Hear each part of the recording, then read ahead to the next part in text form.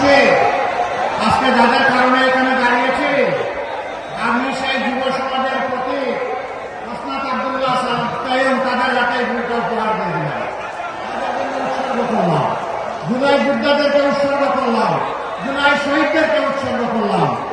ইনশাআল্লাহ আমরা সেই বার বহন করে চলবো, আপনারা দোয়া করবো।